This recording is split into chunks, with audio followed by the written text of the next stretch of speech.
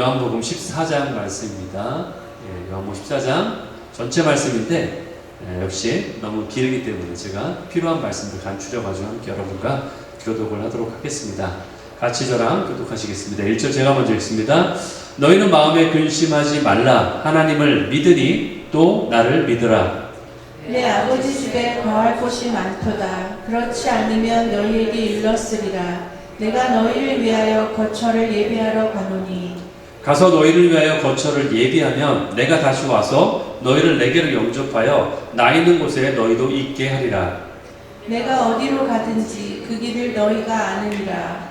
15절입니다. 너희가 나를 사랑하면 나의 계명을 지키리라. 내가 아버지께 고하겠으니 그가 또 다른 보혜사를 너희에게 주사 영원토록 너희와 함께 있게 하리니 그는 진리의 영이라. 세상은 능히 그를 받지 못하나니 이는 그를 보지도 못하고 알지도 못함이라. 그러나 너희는 그를 아나니 그는 너희와 함께 거하시며 또 너희 속에 계시겠습니다. 내가 너희를 고아와 같이 버려두지 아니하고 너희에게로 오리라. 나의 계명을 지키는 자라야 나를 사랑하는 자니 나를 사랑하는 자는 내 아버지께 사랑을 받을 것이요 나도 그를 사랑하여 그에게 나를 나타내리라. 보혜사 곧 아버지께서 내 이름으로 보내실 성령 그가 너희에게 모든 것을 가르치고 내가 너희에게 말한 모든 것을 생각나게 하리라. 평안을 너희에게 끼치노니 곧 나의 평안을 너희에게 주노라. 내가 너희에게 주는 것은 세상이 주는 것과 같이 아니하리라. 너희는 마음에 근심하지도 말고 두려워하지도 말라. 내가 갔다가 너희에게로 온다 하는 말을 너희가 들었나니 나를 사랑하였더라면 내가 아버지께로 감을 기뻐하였으리라. 아버지는 나보다 크시니라. 이제 일이 일어나기 전에 너희에게 말한 것은 일이 일어날 때에 너희로 믿게 하려 함이라. 이후에는 내가 너희와 말을 많이 하지 아니하리니 이 세상에 임금이 오겠습니다. 그러나 그는 내게 관계할 것이 없으니 같이 읽습니다. 오직 내가 아버지를 사랑하는 것과 아버지께서 명하신 대로 행하는 것을 세상이 알게 하려 함이로라. 일어나라 여기를 떠나자 하시니라. 아멘. 아멘. 네, 오늘 여러분과 함께 나눌 제목 I'll be back. 많이 듣던 얘기죠. 네, 요한복음 14장 말씀으로 나누기 원합니다. 오늘 여러분과 함께 나눌 때에 좀 더 색다른 질문으로 여러분 한번 시작하기 원합니다. 왜 할리우드 영화들은 자꾸 성경을 흉내내는 걸까요? 혹시 이걸 눈치채셨는지 모르겠는데 많은 할리우드 영화들이 성경을 흉내내고 있습니다. 여러분 1984년에 처음 개봉한 터미네이터죠. 이 영화를 아시죠? 그 후에 이제 2편, 3편, 그리고 나중에 6편까지도 계속 시리즈로 나왔는데 유명한 영화죠. 이 영화에 나오는 많은 내용들 중에서 가장 유명한 대사가 바로 오늘 제목이에요. I'll be back. 무슨 뜻이죠? 내가 다시 오겠다. 그 얘기죠. 이 영화를 보면요, 이 놀라운 점을 우리가 발견하게 됩니다. 미래에 그 심판의 날, 저지먼트 데이, 이것이 있을 것이다라는 거예요. 그리고 그 심판으로부터 우리를 구원해줄 메시아 같은 존재가 있다. 이런 얘기가 나와요. 그리고 심판자가 미래에서 과거로 찾아옵니다. 그리고 그가 뭐라고요? I'll be back. 내가 다시 돌아오겠다. 라고 또 약속을 해요. 여러분, 이 이야기가 어디서 많이 들어본 이야기 같지 않습니까? 네. 성경에 나오는 그러한 이야기들이 많이 그 이야기 차용되고 있어요. 이러한 어떤 구도가 이 터미네이터 영화에서만 나타나는 게 아니에요. 종말을 이야기하는 대부분의 이 할리우드 영화를 보면은 상당수가 이 성경의 그 내용을 참고하고 있다는 것을 우리가 보게 돼요. 여러분들 또 영화를 좋아하시는 분들, 젊은 분들 특히 많이 알 텐데, 매트릭스라는 영화 아세요? 예. 한국에는 매트릭스라고 이렇게 번역되어 있는 영화인데, 거기에 보면은 주인공 이름이 뭐냐면 니오예요, 니오. 우리말로 네오라고 하죠. 니오인데, 그의 애칭이 니오인데, 이 이름은 절대자를 뜻하는 영어의 one. ONE, 원, 어떤 원, 절대자를 뜻하는 그 원을 재배열해서 만든 이름이에요, 애칭이. 그래서 절대자를 의미하는 거예요. 또 영화 속에 그의 진짜의 이름, 그러니까 배우 이름이 아니라 영화 속에 나오는 그의 이름이 토마스 앤더슨인데, 이 앤더슨이라는 뜻은요, Son of Man, 사람의 아들, 즉 성경의 인자라고 표현하고 있죠. 메시아를 뜻하는, 그걸 뜻하는 이름이에요. 그 원어입니다. 그래서 인류를 구원할 메시아적 존재가 바로 그 주인공이다라는 것을 암시하고 있는 거예요. 이토록 성경의 내용들을 계속 차용해가지고 영화에도 똑같이 거기에 대비해서 나타내고 있는 거예요. 그것뿐만 아니에요. 여러분들 좋아하시는 영화 아바타라는 영화가 있어요. 거기에 보면은 선택받은 자가 나옵니다. 거기도. 그리고 스타워즈 보면요, 아나킨이라는 그 인물이 나오는데 그게 바로 구원자라는 걸 뜻하고요. 그리고 다스베이더라는 나쁜 적이 나오죠. 그게 심판자라는 뜻이에요. 그게 나옵니다. 그리고 어벤져스라는 영화에 보면은 인류를 구원할 어떤 영웅들이 나오죠. 그게 구원자로 묘사가 되고 있는 걸 보게 돼요. 이처럼 헐리우드의 수많은 영화들이 성경의 이야기를 본따서 모방하고 있는 걸 우리가 보게 돼요. 도대체 왜 그럴까요? 근데 또 놀라운 점이 있는데 그건 뭐냐면은 우리 모든 인류에게는 끊임없는 어떤 창조의 욕망이 있다는 거예요.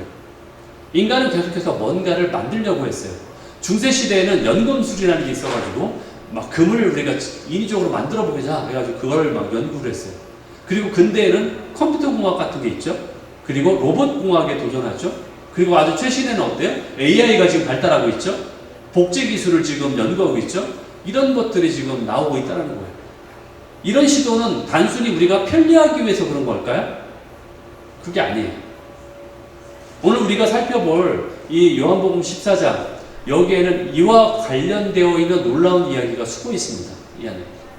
할리우드보다 2000년이나 앞서서 R.B. 백이라고 선포하셨던 분이 바로 여기 계세요. 오늘 이 말씀을 통해서 인류의 모든 그 갈망에 대한 해답과 그 비밀을 우리가 발견하기 원합니다. 아멘? 예. 자, 오늘 본문을 보니까 예수님이 제자들을 떠나면서 3번씩이나 똑같은 말을 반복하고 계세요.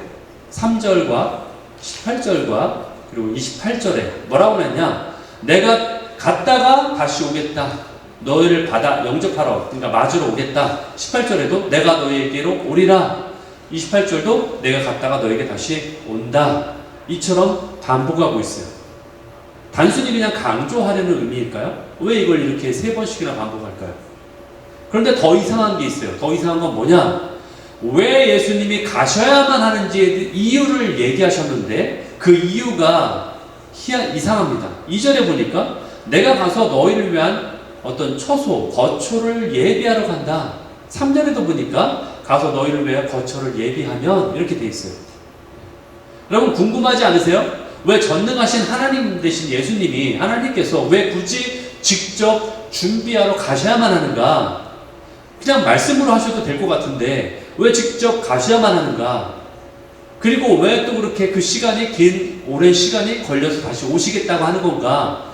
이거에 대해 궁금하지 않습니까? 그리고 예수님은 이제 떠나시기에 앞서서 우리 제자들에게, 아니 우리들에게 우리를 홀로 두지 않기 위해서, 고아처럼 내버려 두지 않기 위해서 특별한 선물을 너에게 주겠다라고 약속하세요. 그리고 선물을 주세요. 그게 뭐예요? 성령님이죠. 또 다른 보혜사. 보혜사의 뜻은 도울 자라는 얘기예요. 돕는 성령님을 우리에게 주세요. 16절에도 나오고 26절에도 이렇게 나와요. 내가 아버지께 구하겠으니 내가 또 다른 보혜사, 돕는 헬퍼를 주겠다. 너에게 주겠다. 26절에도 보혜사 헬퍼를 주겠는데 그가 너에게, 성령님 그분이 너에게 모든 것을 생각나게 할 것이다. 그렇다면 이 선물은 과연 뭘 생각나게 하는 건가? 그렇죠? 예. 도대체 무엇을 기억하라는 걸까? 지금 이제 제가 여러분께 계속 질문을 드리고 있어요. 진짜 앞에서. 계속 질문을 드리고 이제 답을 할 거예요. 그런데 여기 한 가지 또 조건이 있어요. 15절 21절에 보니까 너희가 나를 사랑하면 나의 계명을 지킬 것이다. 나의 계명을 지키는 자라야 나를 사랑하는 자다. 이 두 구절을 또 보니까 똑같은 말인데 어순이 바뀌었어요. 순서가 앞하고 뒤가 바뀌었어요. 이건 또 왜 그럴까? 그리고 최종적으로 27절에 보니까 우리에게 맨 마지막으로 약속을 해주시는데 너희에게 평안을 내게 주겠다 약속해요. 그러니까 너희가 두려워하지 말아라. 이것은 세상이 주는 것과 다르다 라고 이렇게 말하는데, 지금 제가 말씀드린 이 일련의 말들, 예수님이 하신 말씀들, 이것들이 과연 무엇을 의미하냐는 거죠. 이거에 대해서 우리가 한번 보기 원합니다. 여러분, 이걸 보기 전에 먼저 성경 전체를 한번 보기 원해요. 성경을 보면요, 성경 전체를 관통하는 한 가지 놀라운 진리를 우리가 발견하게 돼요. 성경 전체를 관통하는 하나의 놀라운 진리가 뭐냐? 그것은 바로 우리와 하나님과의 관계를 결혼으로 설명하고 있다는 거예요. 이사야 54장 5절, 이사야 62장 5절, 예레미야 3장 14절, 호세아서 2장 19절, 전부 다 결혼을 지금 말하고 있어요. 이사야 54장 5절에서는 너를 지으신 이가 너의 남편이다라고 얘기해요. 그리고 이사야 62장 5절에서는 신랑이 신부를 기뻐하는 것처럼 하나님이 너를 기뻐할 거야 라고 말하고 있어요. 결혼에 대한 것을 자꾸 비유하고 있어요. 예레미야 3장에 보니까 나는 너의 남편이다 라고 얘기하고 있어요. 호세아서 2장에 뭐라고 나와 있어요? 내가 너에게 장가들 거야. 그래서 영원히 너와 함께 살 거야. 이렇게 말씀하고 있어요. 그런데 이것이 구약에만 나오는 얘기가 아니에요. 신약에도 동일하게 발견돼요. 우리와 주님과의 관계를 결혼에 비유하고 있어요. 예수님도 말씀하셨어요. 마가복음에 2장 19절에 보니까 예수님 당신 자신을 나는 너의 신랑이다 라고 직접 얘기하고 있어요. 나는 너의 신랑이다. 그리고 침례 요한도 예수님이 신랑이라고 말하고 있어요. 그러면서 자신은 뭐라고요? 침례 요한 자신은 그 신랑의 친구다. 말하자면 결혼식에 신랑이 있으면 신랑 옆에 들러리로 서 있는 친구들 있잖아요. 베스트맨 있잖아요. 그 들러리다 나는 신랑의 친구다라고 침례 요한이 말하고 있지 않습니까? 요한복음 3장에서 신부를 취하는 자는 신랑이니, 즉 이 하나님의 백성들 신부를 취하는 자는 바로 예수님이시니 신랑이니, 나는 그 신랑이 아니라 그 신랑의 음성을 옆에서 듣고서 함께 기뻐하는 신랑의 친구다. 그것을 보면서 함께 기뻐하는 신랑의 들러리다 라고 말하고 있지 않습니까? 그런데 사도 바울도 똑같이 얘기해요. 사도 바울도 뭐라고 얘기하느냐? 교회는 그리스도의 신부다. 교회가 바로 우리들이잖아요. 그러니까 우리는 그리스도의 신부다. 고린도후서 11장 2절에서 내가 너희를 정결한 처녀 신부로서 남편인 그리스도에게 인도하는 자다. 중매하는 중매장이다. 라는 말하자면 연결시키는 자다. 그러니까 우리가 신부란 얘기를 지금 하고 있는 거예요. 동일하게 구약도 그렇고 신약도 그렇고 성경 전체가 관통하는 하나의 메시지는 뭐예요? 우리와 하나님과의 관계는 신랑과 신부의 관계다. 결혼을 통해서 우리에게 말씀하고 있다는 거예요. 놀랍지 않습니까? 그런데 성경의 마지막 책인 요한계시록에 보니까 이 모든 것의 완결을 보여주고 있는데, 요한계시록에 뭐 어떻게 완결을 보여주는가? 결혼을 통해서 완결을 보여주고 있어요. 혼인잔치를 통해서. 요한계시록 19장 7절에 보니까 어린 양의 그 혼인 기약이 이제 약속이 다 차가지고 시간이 돼서 그의 아내가 자신을 준비했다라고 나오고 있어요. 21장 2절에 보니까 새 예루살렘이 내려오는데, 하나님의 나라가 내려오는데 그것을 보니까 마치 신부가 남편을 위해 단장한 것 같이 보이더라. 이렇게 말하고 있어요. 그리고 계시록 22장 17절, 맨 마지막 장이죠. 22장. 거기에 보니까 뭐라고 되어 있어요? 성령과 신부가 말씀하시기를 오라 하는도다. 누구에게 오라고요? 예수님. 신랑 예수님을 오라고 초청하는 거예요. 근데 누가? 성령과 신부가 마치 결혼식에서 아버지와 신부가 함께 손을 잡고 신랑에게로 인도하는 것과 똑같은 모습이에요. 성령과 신부가 마지막 때에 성령과 교회가 함께 연합하여 동역하는 모습을 보여주고 있어요. 결국 이처럼 결혼을 말하고 있다는 거예요. 놀랍지 않습니까? 여러분, 이제 어떤 패턴이 보이죠? 이 말씀을 통해서 성경 전체 스토리가 어떤 일관된 러브 스토리로 연결되어 있다는 걸 우리가 보게 된다는 거예요. 하나님은 우리의 신랑이다. 우리는 그분의 신부다. 예수님의 재림은 결혼식이다. 천국은 신혼집이다. 그렇죠? 그리고 성령님은 약혼 반지와 같다. 신랑을 기억하게 하는. 이것을 우리에게 보여주고 있다는 거예요. 왜 하나님은 결혼이라는 개념으로 이걸 설명하고 계실까요? 여러분도 아시다시피 예수님은 한국인입니까? 우리가 착각할 수 있는데 예수님은 한국인이 아니었어요. 예수님은 유대인으로 태어났어요. 유대인으로 태어났어요. 그리고 지금도 부활의 몸으로 갖고 계시죠. 그 유대인의 그 모습으로 그대로 갖고 계신 거예요. 네. 그걸 선택하신 거예요. 그리고 그분의 제자들도 당연히 유대인이에요. 그러니까 유대인들에게 알아들을 만한 말씀을 하신 거예요. 그런데 유대인들에게는 그들만의 독특한 결혼 풍습이 있어요. 이 결혼 풍습이요, 예수님이 하신 말씀 그리고 성경의 내용과 정확히 일치합니다. 유대인의 결혼식에는 7가지 과정이 있어요. 첫 번째 과정은요, 신랑이 먼저 신부의 집을 찾아가는 게 맨 첫 번째 과정이에요. 신랑이 신부 집을 찾아가게 돼 있어요. 그래서 신랑이 될 남자가 신부가 될 여자의 집을 먼저 찾아가서 청혼을 하게 돼 있는 것이 첫 번째 과정이에요. 누가 그러셨어요? 예수님이 찾아오셨죠, 우리를. 이 땅에 오셨어요. 이 땅에 신부를 찾아오셨어요. 그것을 알 수 있죠. 직접 찾아오신 거예요. 두 번째는 뭐예요? 지참금을 지불해야 돼요. 그래서 신랑이 될 사람은요, 신부를 얻으려면 그에 상당하는 대가를 그의 남편에게, 그의 그 신부의 아버지에게 지불해야 돼요. 영적 의미는 뭐예요? 고린도전서 6장 19절, 너희는 값으로 산 것이 되었다. 베드로전서 1장 18절 19절, 그리스도의 보배로운 피로 너희를 샀다. 예. 신랑 되신 예수님도 신부인 우리들을 사시기 위해서, 우리를 신부로 맞이하기 위해서 지참금으로 십자가의 피로 그분의 생명으로 우리를 사셨어요. 아멘? 그게 바로 두 번째 과정이에요. 세 번째 과정은 뭐예요? 포도주를 나누면서 혼인 계약을 정확히 맺는 거예요. 그게 마치 도장으로 사인하는 것과 똑같은 거예요. 도장 찍고 사인하는 것과 똑같은 거예요. 유대 풍습에는요, 신랑 되는 남자가 신부에게 포도주를 건네줍니다. 그런데 그때 만약에 이 남자를 나의 신랑으로 맞아들이기를 거부한다면 이제 성사가 되지 않아요. 그러나 그 포도주를 받아서 마시게 되면 그것은 승낙한다는 얘기예요. 나도 당신을 나의 남편으로 맡기를 원합니다라고 허락하는 거예요. 그게 언제 모습이에요? 예수님이 그렇게 하셨죠. 마태복음 26장 27절에 보면은 예수님의 최후의 만찬을 통해서 제자들을 신부로 맞이하는 거예요. 그리고 앞으로 맞이하게 될 그 제자들 통해서 또 맞이하게 될 또 다른 제자들, 우리들까지도 계약에 들어가는 거예요. 예. 그래서 그 잔을 가지사 이것이 나의 피, 곧 언약의 피다. 혼인 언약의 피다. 예. 그래서 우리는 예수님과 그 예수님의 피를 받아들임으로 인해서 예수님과의 관계 속으로 들어가는 거예요. 우리는 그래서 신부로 되는 거예요. 주님을 나의 구주로 우리가 영접하는 순간 우리는 그분을 나의 신랑으로 받아들이는 계약 속으로, 언약 속으로 들어가게 되는 거예요. 아멘? 네 번째 단계.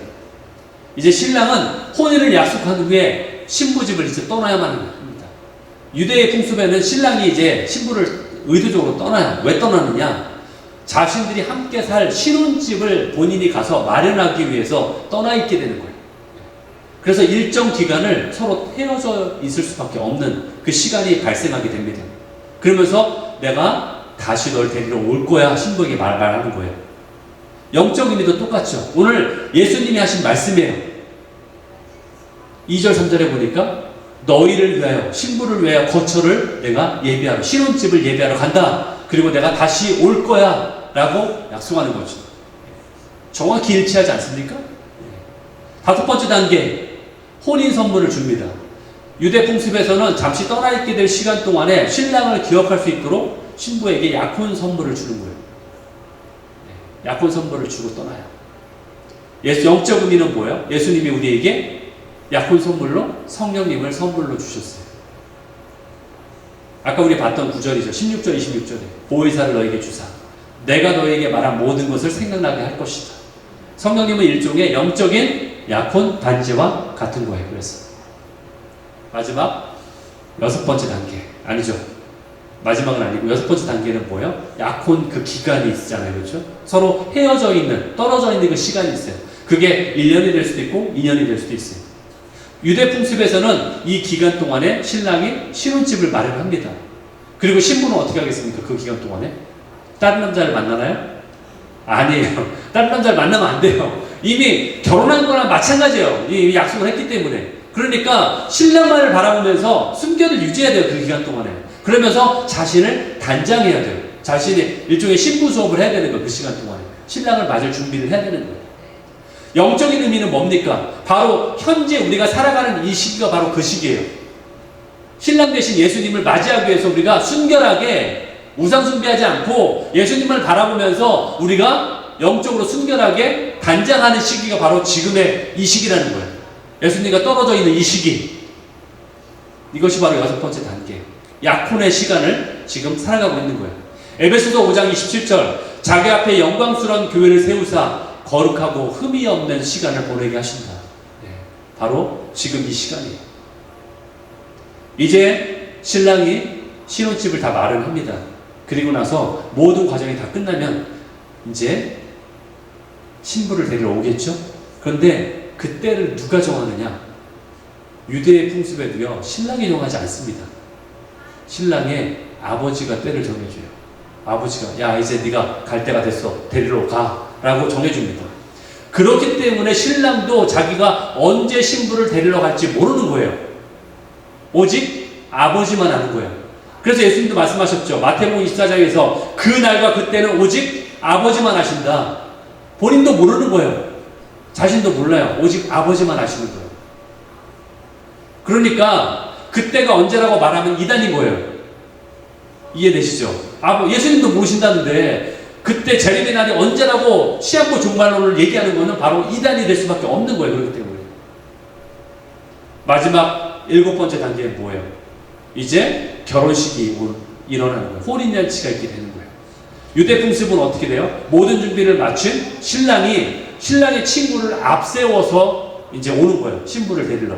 그러면 신랑의 친구들이 뭘 하는가? 신부가 들리도록 이제 신랑이 온다라고 외치면서 나팔을 불면서 오는 거예요. 미리 알려주는 거예요. 경고하는 거예요. 이제 신랑이 지금 오고 있다라고 알려주는 거예요.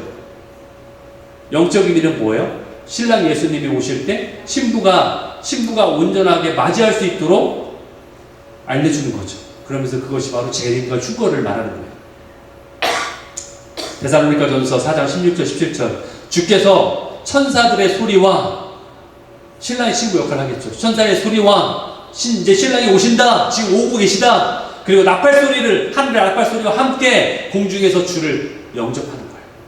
만나게 되는 거예요. 주님을 만나게 되는 거예요. 우리는 하늘로 끌려 올라가고 휴거되고 그리고 주님은 재림하시고 공중의 주를 만나게 될 거예요. 이것이 바로 주님을 만나서 맡게 되는 혼인잔치의 모습이라는 거죠. 여러분, 이 모든 것이 우연일까요? 제가 일부러 짜맞추기 한 겁니까 이게? 성경에 나오는 예수님의 모든 말씀이요, 이 유대인의 결혼 풍습과 정확히 맞아떨어집니다. 여러분들, 재림은요 그렇기 때문에 단순한 심판이 아니라 신랑이 신부를 데리러 오는 사건이 바로 재림인 거예요. 이 모든 것은 이제 명확해집니다. 왜 예수님이 거처를 예비하러 간다고 말씀하셨는지 명확하지 않습니까? 이제 왜 성령님을 기억하도록 하는 그러한 선물이라고 부르는지 이제 정확하지 않습니까? 예수님을 기억하도록 하는 선물인 것을. 그리고 왜 예수님이 다시 오실 때는 아버지만 아는 건지 그것도 우리가 이제 알 수 있어요. 그리고 우리는 어떻게 예수님을 기다려야만 하는지도 명확해졌어요. 여러분, 오늘 본문을 보면요 가장 오해하기 쉬운 구절이 나와요. 요한복음 14장 21절 나의 계명을 지키는 자라야 나를 사랑하는 자니. 이 말씀을 들으면 마치 앞에 있는 게 조건 같아. 나의 계명을 지키면 그때서야 내가 너를 사랑할 거야. 아니면 네가 나를 사랑한 줄 내가 나에게 입증해봐. 네가 나의 계명을 지키는 것으로. 이렇게 들리기 쉽잖아요. 순종하지 못하면 뭐 사랑하지 않겠다는 말인가? 이렇게 착각하기 쉽잖아요. 그러면 이것이 뭐 율법주의라는 말인가? 이렇게 보이지 않습니까? 정말 그런 뜻일까요? 그런데 이것을 알기 위해서는 동일한 구절인 이 15절의 말씀을 또 보면 비교해보면 알 수 있어요. 두 구절을 비교해보면은 같은 말인데 순서가 바뀌어 있어요. 그렇죠? 서로 앞뒤가 바뀌어 있어요. 앞에서는 너희가 나를 사랑하면 나의 계명을 지킬 거야 라고 했는데 그 다음 구절에는 나의 계명을 지키는 것을 보니까 너희가 나를 사랑하는 자다 라고 이렇게 나와 있어요. 어떤 것이 원인이고 어떤 것이 결과일까요? 여러분, 이걸 알기 위해서는 우리가 아까 결혼 얘기를 했듯이 사랑하는 연인을 생각해보면 쉽게 이해할 수 있어요. 여러분, 사랑하는 연인을 한번 생각해 봅시다. 연인들은 왜 서로를 위한 행동을 할까요? 서로를 왜 사랑하는 행동을 할까요? 서로를 위해서 행동하잖아요. 규칙 때문인가요?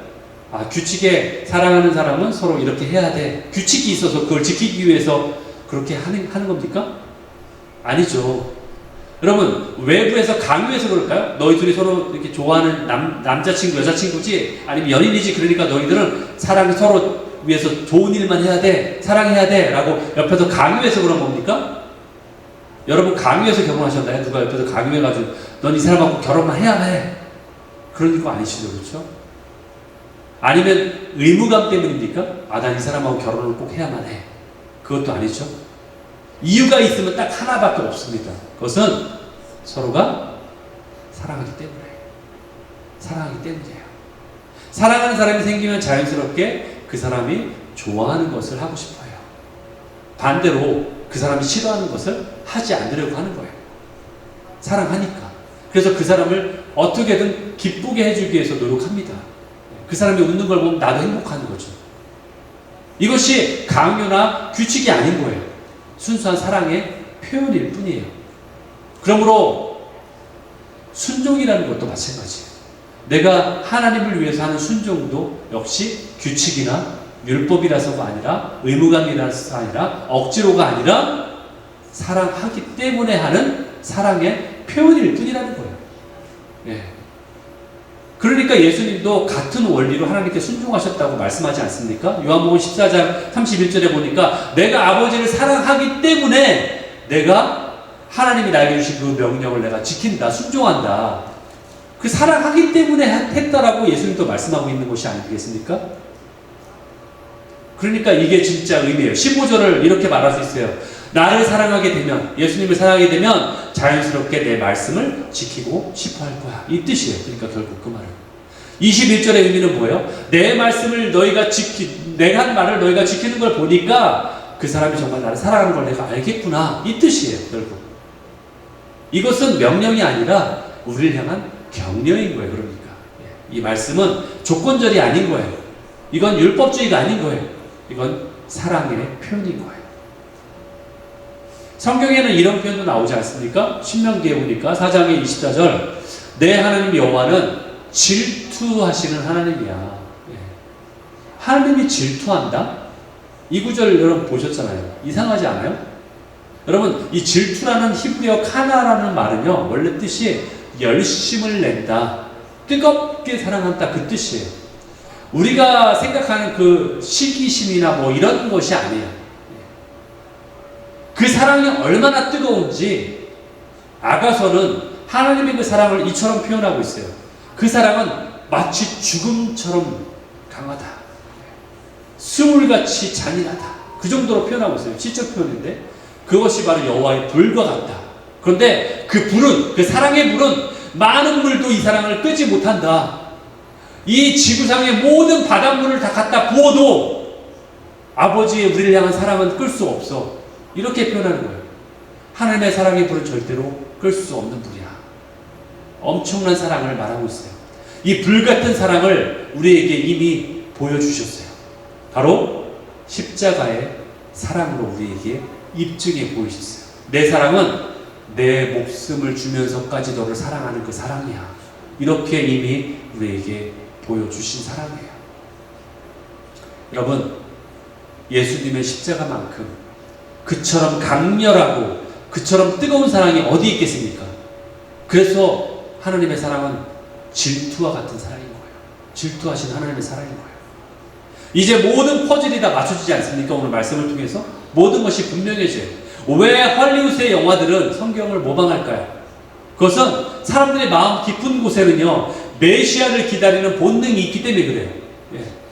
나를 심판을 넘어서 나를 구원해줄 그 어떤 존재, 그것에 대한 것을 갈망하는 그 갈망이 있기 때문에 그들도 믿지 않는 자들일지라도 그러한 마음이 그 안에 녹여져 있는 거예요. 그래서 자꾸 성경을 모방하려고 하는 거예요.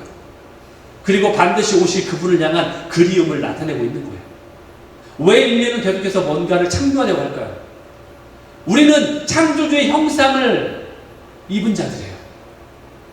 그분의 형상으로 지음받은 자들이에요. 그렇기 때문에 우리는 그러나 그 우리의 모든 속성들이 죄로 인해서 우리의 본성이 왜곡되어서 그 자리를 하나님의 자리를 차지하려는 욕망으로 변질된 것 뿐이에요. 그러나 우리 안에는 창조주의 형상이 내 안에 녹아져 있기 때문에 우리는 계속 뭔가를 창조하려고 하는 거예요. 만들려고 하는 거예요. 하나님께서는 이 모든 것의 갈망에 완벽한 해답을 주고 계세요. 그 해답은 뭐예요? 주님이 다시 올 수 있는 그날에 모든 것이 완전히 해결되는 거예요. 그래서 주님은 우리를 새로운 피조물로 만들기로 작정하신 거예요. 완전히 회복시키기로 작정하셨어요. 그래서 예수님은 우리를 그분의 지창금으로 지불하시고 우리를 사시고 신부인 우리를 사셨고 그리고 우리에게 영원한 생명을 허락하신 거예요. 그리고서 뭐라고 말씀하세요? I'll be back. 내가 다시 올 거야. 이렇게 우리에게 말씀하시는 거예요. 우리는 지금 약혼 기간을 살아가고 있는 거예요. 이미 여러분은 이 자리에 앉은 여러분은 주님과 이미 약혼하신 분들이에요. 아멘? 이미 약혼하신 거예요. 이미 우리는 예수님의 신부가 되었습니다. 그런데 문제는 뭐예요? 여전히 아직도 우리는 완전치 않잖아요. 우리 삶을 보면 완전치 않잖아요. 아직 왜 그래요? 왜냐하면 완전히 주님이 오셔서 완전한 연합을 이루기 전이잖아요. 아직은. 그러니까 우리는 already but not yet 이 긴장 속에 살아가고 있는 거예요. 우리는 already 주님과 신부지만 but not yet이에요. 그러니까 이 긴장감 속에서 이 텐션 가운데 우리가 살아가고 있는 거예요. 그러니까 우리는 업앤다운에 있을 수밖에 없는 거예요. 믿는 자를 할지라도 연약하니까 완전한 연약 가운데 아직 들어가지 못했기 때문에 약혼한 관계이지만 신부는 그렇지만 그래도 여전히 업앤다운이 있는 거예요. 우리 삶 가운데. 그래서 우리는 완전하지 않은 거예요. 그러므로 우리는 어떻게 해야 돼요? 그렇기 때문에 완전하지 않기 때문에 신랑을 더 기억해야 되는 거예요. 왜냐하면 신랑을 기억해서 내가 거룩한 삶으로 준비돼야 되기 때문에 그걸 기억할 때 내가 이런 삶을 살아서는 안 되겠구나라는 내 안에 동기가 일어나는 거죠. 모티베이션이 일어나는 거죠. 이렇게 살아서는 안 되겠구나. 왜? 나는 신부니까. 신랑과 약혼한 신부의 나의 관계를 내가 잊어서는 안 되는구나. 내가 다른 남자를 쳐다봐서는 안 되는구나 라는 것을 깨달아야 되는 거예요. 그렇기 때문에. 그래서 주님이 우리에게 성령을 남겨주신 거예요. 성령님을. 여러분, 터미네이터 영화의 알비백은요, 위협과 어떤 심판의 메시지를 담고 있지만 예수님의 알비백은요, 소망과 구원의 메시지를 우리에게 주고 있는 겁니다. 아멘? 신랑 되신 예수님이 다시 오시는 이유는 우리를 심판하기 위해서가 아니라 우리를 데려가서 영원히 함께 살기 위한 것입니다. 이것이 소망이에요. 그렇기 때문에. 그래서 주님은 우리에게 이렇게 약속하셨죠. 요한복음 14장 27절 평안을 너에게 끼친다. 내 평안을 너에게 준다. 이 평안은 세상이 주는 평안과 다르다. 그렇기 때문에 너희는 근심하지도 않고 두려워하지 않아도 돼 라고 우리에게 소망을 주시는 거예요. 이 평안이 너에게 있어. 이것은 절대 평안이야. 절대 평안. 절대 평안은 뭐예요? 어떤 무엇이 와도 꿈쩍하지 않는 평안이라는 거예요. 절대 평안. 환경에 좌우되지 않고 세상이 줄 수 있다고 약속하죠. 세상은 사탄은 우리에게 계속 미혹하죠. 우리를. 내가 너에게 평안을 줄 수 있는 것처럼 성공을 줄 수 있는 것처럼 약속하지만 그것은 말라서 비틀어질 풀과 같은 거예요. 그것은 사그라질 것과 같은 거예요. 그러나 영원히 변하지 않는 평안은 주님만이 줄 수 있는 약속이에요. 여러분, 우리는 이미 신부가 되었지만 아직 신랑과의 완전한 연합이 오지 않았어요. 그러므로 어떻게 살아야 됩니까? 제가 여러분에게 적용점을 4가지를 드립니다. 첫 번째, 신부로서의 정체성을 회복해야 돼요. 우리가 신부라는 것을 확인하고 살아가야 돼요. 나는 예수님의 사랑받는 신부입니다. 이걸 확인하셔야 돼요. 나는 좀 미움받는 신부 같은데? 이렇게 생각하시면 안 돼요. 나는 사랑받는 신부입니다. 여러분, 사랑하니까 신부인 거예요. 사랑하니까 날 데리러 온다는 거지, 사랑하지 않으면 신부가 아닌 거죠. 사랑하지 않는데 왜 결혼합니까? 사랑하니까 결혼하는 거죠. 그러니까 나는 신부가 아니, 신부라는 의미 자체 하나만 보더라도 나는 사랑받는다라는 전제가 놓여 있는 거예요. 거기에 확실한. 나는 사랑받는 주님의 신부다. 이 정체성을 회복해야 됩니다. 이때 이 정체성이 회복될 때 하늘의 자존감이 회복되는 것입니다. 이 정체성이 회복될 때 삶의 의미를 발견하게 되는 거예요. 이 정체성이 회복될 때 미래에 대한 소망을 우리가 갖게 될 수 있는 거예요. 그리고 이 정체성이 회복될 때 내가 순결한 삶을 살도록 노력하게 되는 거예요. 두 번째 뭐예요? 두 번째 적용은 사랑으로 순종해야 됩니다. 사랑으로 순종하십시오. 의무감으로 주님을 따르려고 하지 마세요. 아, 교회 목사님이 그렇게 말씀하셨기 때문에, 교회 같은 남들 다 그렇게 하니까, 아니면 뭐 이건 내가 해야만 하는 거니까, 어떤 규칙이나 의무감 때문에 여러분 하지 마시고 주님을 사랑하기 때문에 여러분 순종하시기 바랍니다. 사랑하기 때문에 자발적으로 순종하셔야 되는 거예요. 그것을 더 기뻐하십니다. 주님이 억지로 하는 것보다 더 기뻐하신다는 거예요. 세 번째 뭐예요? 성령님과 동행하십시오. 기도로 신랑과 대화하시고, 말씀으로 나의 신랑 예수님을 기억하시고, 예배를 통해서 신랑을 사모하는 표현을 하십시오. 이러한 신부가 되시기 바랍니다. 네 번째, 마지막 네 번째, 재림을 소망하며 삽시다. 재림을 소망하며, 심판에 대한 두려움이 아니라 혼인잔치에 대한 설레임을 가지고 주님을 기다리는 거예요. 그것이 나에게 설레임으로 다가와야 돼요. 두려움이 아니라 어떻게 주님을 맞이할까? 설레임으로. 여러분, 신부가 신랑을 맞이하는데 두려움으로 신랑이 언제 올지 5분 안 돼 이러면서 기다리는 신부가 있습니까? 어서 빨리 오세요라고 신부가 기다리는 게 설레임 아닐까요? 종말은 그렇게 맞이해야 되는 거예요. 우리가 설레임으로 신랑을 기다려야 되는 거예요. 오늘 우리는 결단해야 합니다. 나는 신부답게 살겠습니다. 사랑으로 순종하겠습니다. 성령님과 동행하겠습니다. 주님을 사모하며 준비하겠습니다. 우리 마지막으로 고백하기 원합니다. 주 예수여, 어서 오세요. 어서 오세요. 마라나타. 이렇게 고백하시는 저와 여러분 되시기를 예수님의 이름으로, 신랑 되시는 예수님의 이름으로 축원합니다.